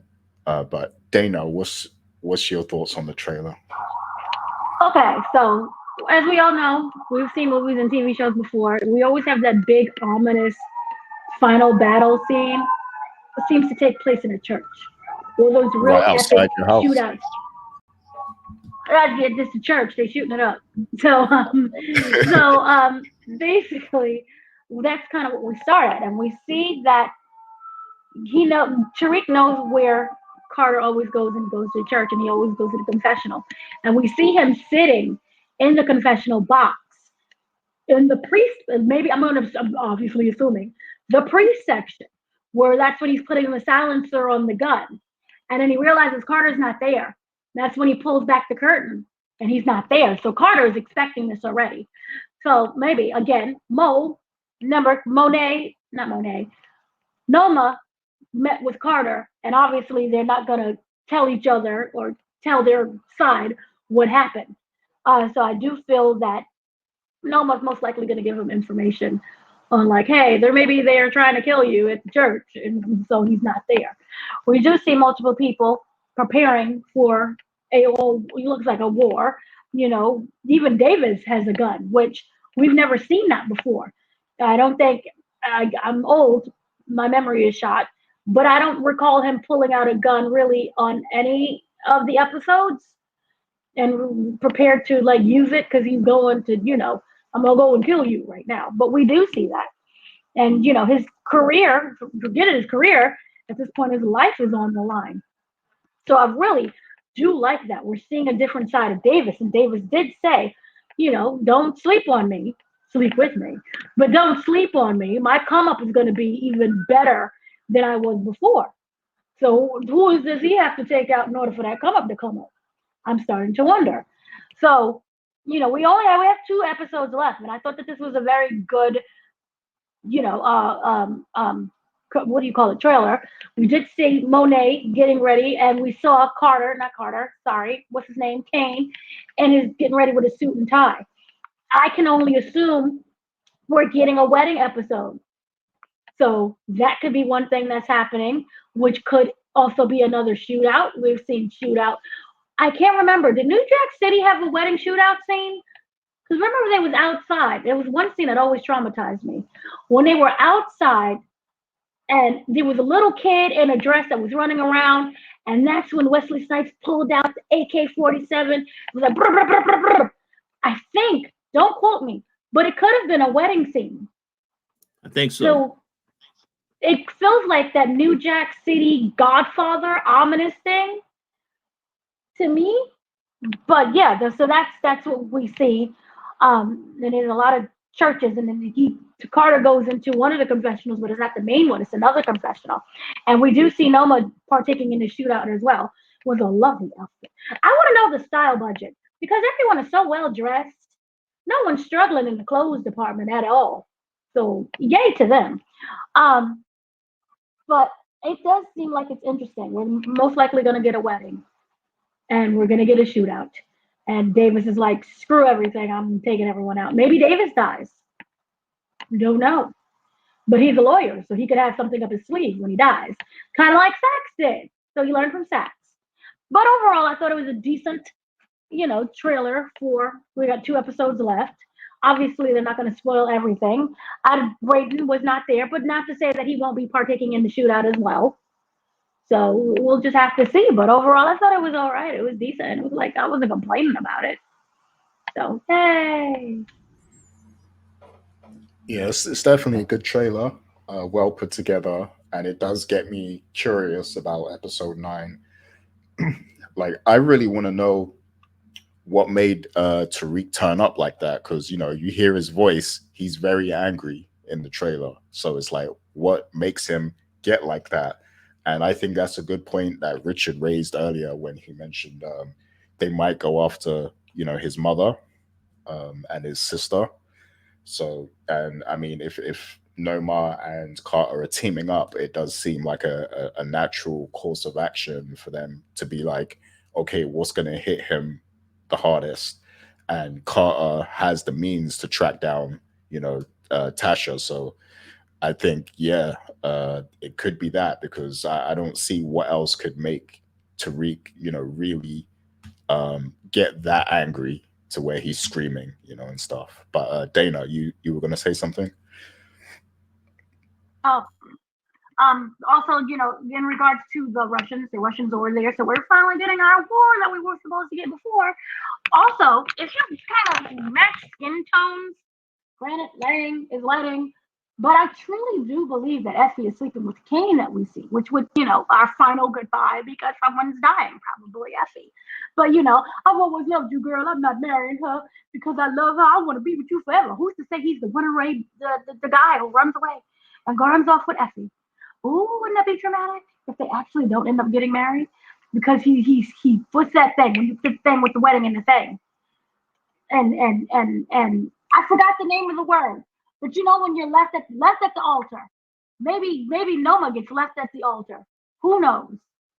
But I do felt that moment of passion was passionate for a reason, and so I think that's who we do see in the bed together. It's because the guy was clearly more of a darker skin, Yeah. and we do know that was Effie because of her face.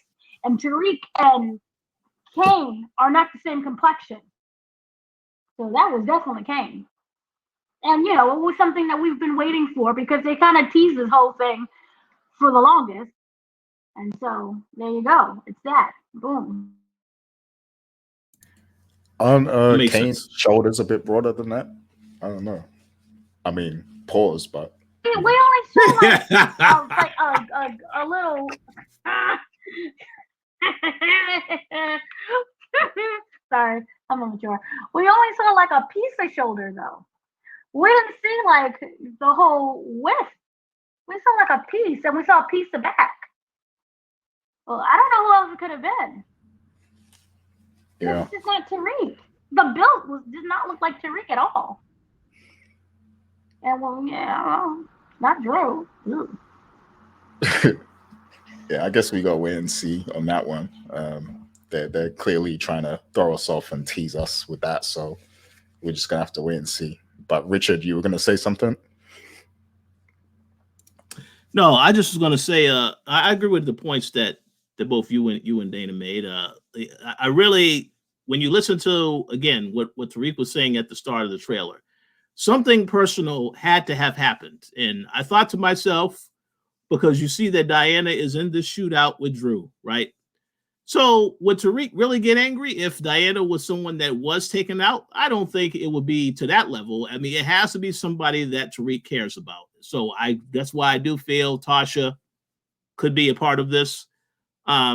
Because even when Carter came at Tariq and said, now you're part of the team, it's like he still doesn't have, he has leverage. Yes, you have the footage of Tariq killing Zion, whatever. But there has to be something else that makes Tariq like, okay, this is a war now. Because Tariq hesitated. Have to recall, when Tariq found out about Felicia, killing Diana's baby, his number one reaction was to go after them. And then after talking to Tasha, she made him realize, no, don't do this. This is not a good decision. That's why I feel something probably is going to happen to Tasha in the next episode. But we have to wait and see. Because Carter has to do something else. And again, technically, Tasha is not innocent. So it follows his rule of if you need to take somebody out, it is what it is. But we have to wait and see. But we'll see what happens. Go ahead, Dana. I thought it was also interesting that the fact, if you listen to the dialogue, Noma is saying, they're trying to take our business from us. Yeah. So anytime that she wants someone to do something for her, it's always our business. But when they're done, it's like my business. So I just feel that was a conversation of you have to help protect us. But we don't know who she's talking to. And then also there was another voice that said, I'm sick and tired of these, edited people thinking they can, where was it? How did it go? They can run against me? Thinking they can stand against me. I wasn't able to click. Was that Monet? Was that Mary? Because I don't know. They said, I'm sick and tired of these people thinking they can stand against me. And it definitely wasn't Noma. So it could have easily been Monet. I think it was Noma. No, because Noma like talks on face. But this was like, I'm sick and tired. Noma doesn't do that. It's not that's a man's voice. I can't quite tell. Man? Yeah, because they're very dramatic. What they're talking, I can't quite tell who it is exactly. That wasn't. Yeah, it sounded like a man to me, but I could be wrong. Again, we don't see who's saying it; we just hear the voice. But I'm pretty sure that the people commenting will be able to give more analysis on who they believe it is. They may know. I mean, unless it's Drew, but that doesn't make any sense. It's not Kane because his voice is different. His cadence is different. Yeah, it's not Michael. Kane. It's not the pretty boy. No, I said the pretty boy. Michael Ealy. It's not Michael Ealy. No. And it's not Tariq because Tariq sounds completely different. I don't know who it would be. I don't know. I just listened back to it, and Monet says something about Carter. and then she holds the gun up at someone, and Yeah. She says and you have to take out Carter. yeah, that's what. Yeah. Davis was telling Tariq he needs to take out Carter. I got that. Right. But it was the one that goes, I'm sick and tired of them thinking they can stand against me. And that came when they had the shot of Drew and Diana shooting at somebody. So, well, go ahead, Gary. What are you gonna say? I can't make out who it is. No, carry on. Oh no, I was just saying I can't make out who it is. But I miss. But I mean, we'll have our answer soon enough. The only logical one could be Drew. Wait, wasn't that Tariq? Like the part where Drew and Diana are shooting? I was thinking it was Tariq in a very emotional. But I can't tell though. I can't really tell. I think that's Tariq. I mean, it would make sense for Tariq because of all the stuff that he has been through, self-inflicted, but also the situations he got into this entire show. So it would make sense if it was him too. But we'll have to wait and see, I guess.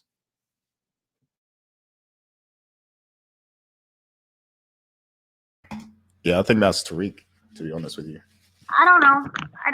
Maybe it's Carter? I don't know. No, that doesn't sound like Carter. I think it's Tariq, and that's what I meant when I said he sounds like very angry and like emotional. So I think something does happen to his family, to his mother. You know, I think Carter goes after Tasha next week. So, because that's the only thing I could think of that would make Tariq that angry to where he sounds like that. You know. Yeah. But yeah, any final thoughts? Because I need to go get me a lemsip or something. If you're from the UK, you know what that is, lemsip. Is that another word for fentanyl? Oh no! Oh no! Oh no! Nah. No. You go get your lemsip, your tea. Go get your tea. So yeah, no, I did have one question. I'm sorry. I was wondering, could Effie be Kane's downfall or vice versa? Could say that again? Could Effie be Kane's downfall, or or vice versa, or just not at all? That's a good question. Yeah, absolutely. I think Kane could be betting his whole future on maybe running the empire with Effie. He could make a mistake there. He could maybe like take out Noma, take the whole empire, and then extend his hand to Effie and say, look, I want you to run this alongside me. And she could have other intentions. She could still have some sort of twist up her sleeve or something in her back pocket, or a move that she's planning to make.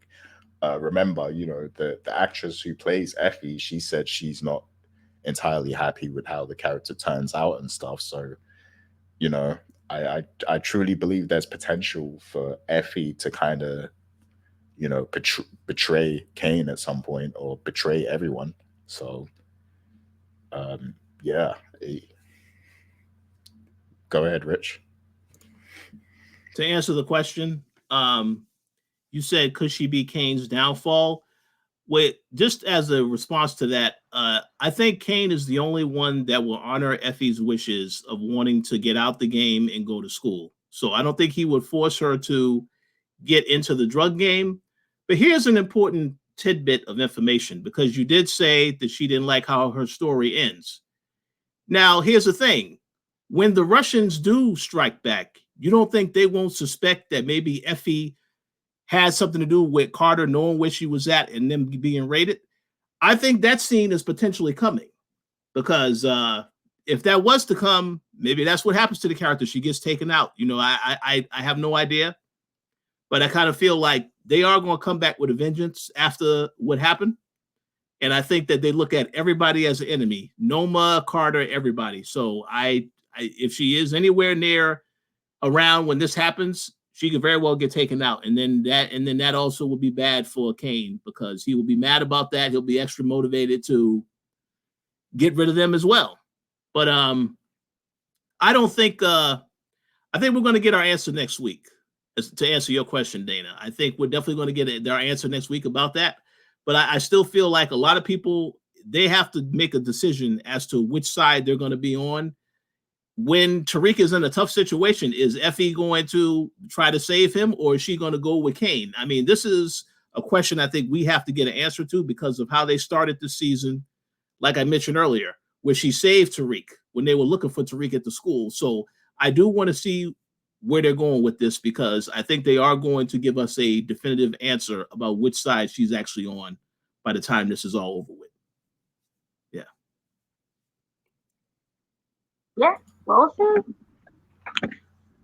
Yeah, that was a good question. I want the commenters to also give their answers to that question because that was a good one. Because Effie's one of those characters who she appears like she's a background character, but she has the potential to disrupt everything at any time. So, good question. Anything else, Dana? Any other final thoughts? No, that it was a decent episode, and that I look forward to see what is going to happen in the next episode. I just don't know what Paul Higher calling. Yeah, I have to say, like episode 9, this is the one I'm actually kind of excited for. Like, I want to see what's gonna happen now. Go ahead. And one more thing, do not ever get a friend like what's her name, light skin Keisha. I forgot the character's name. Oh, Brashonda. Brashonda. Do not ever have her as your friend because she will sit there and watch you die and not do anything about it. So don't ever have her as your friend. That was terrible. well, did she redeem herself when she gave advice to Diana? Do you think was that No, good what advice? advice she could have just Googled that. Why do I want to have another baby? Oh, it's a psychological thing. I want to replace the baby that I lost. Okay, aren't you in college? Go ask your professor. Terrible, terrible. Don't be her friend. Fair enough. You heard it. You heard it from Dana. Don't be her friend. But yeah, Richard. Any final thoughts? Final thoughts. I did it. This was, like I said, the entertaining episode. Definitely looking forward to the next episode. Curious to see which direction they go in. So stay tuned. And yes, everybody. Go ahead. Well, one last thing. Everybody, leave your comments. Check out Dana's interviews, but especially let us know your thoughts on who you think is going to get taken out next week. I want to definitely see comments on that. But go ahead, Dana. I don't trust Anya. That's the last thing that I'm going to say. I don't trust Anya because she was giving everybody the side eye.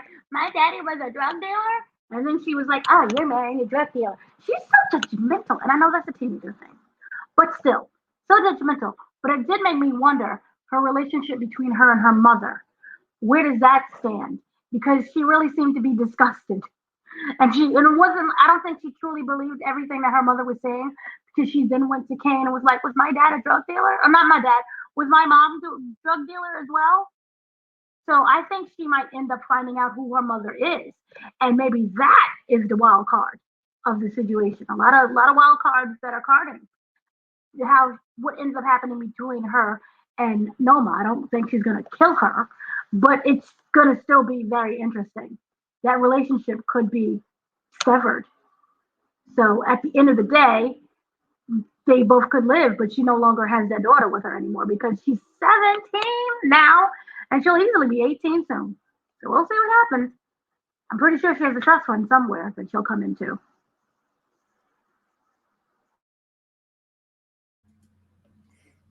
Yeah. I don't think Anya believed a word her mother said when when she was telling her that stuff.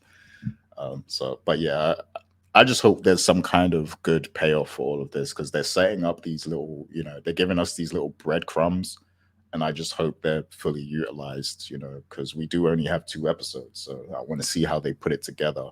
I hope we get longer episodes. That would be nice. But yeah, I guess we'll have to wait and see, won't we? Um, but yeah, that is going to be it for this week. We will be back. Oh, go ahead, Dana.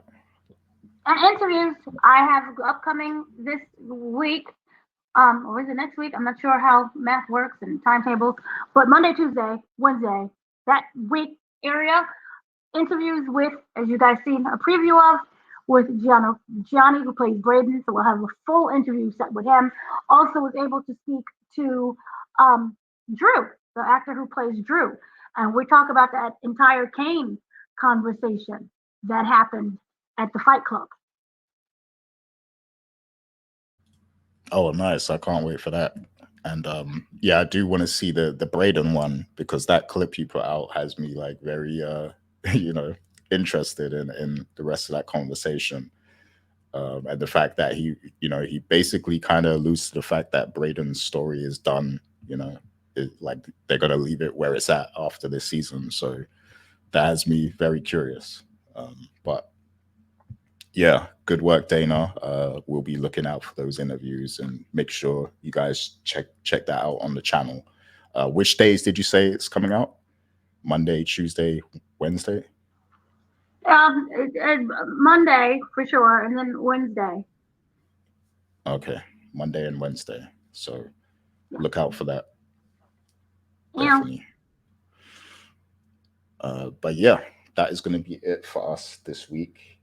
We will be back next week to recap episode 9. So yeah, look out for us next Saturday, most likely. Until then, everybody take care of yourselves, stay healthy.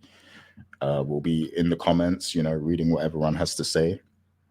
And yeah, like Richard said, let us know who you think is going to get taken out in that next episode, because I want to see all the predictions.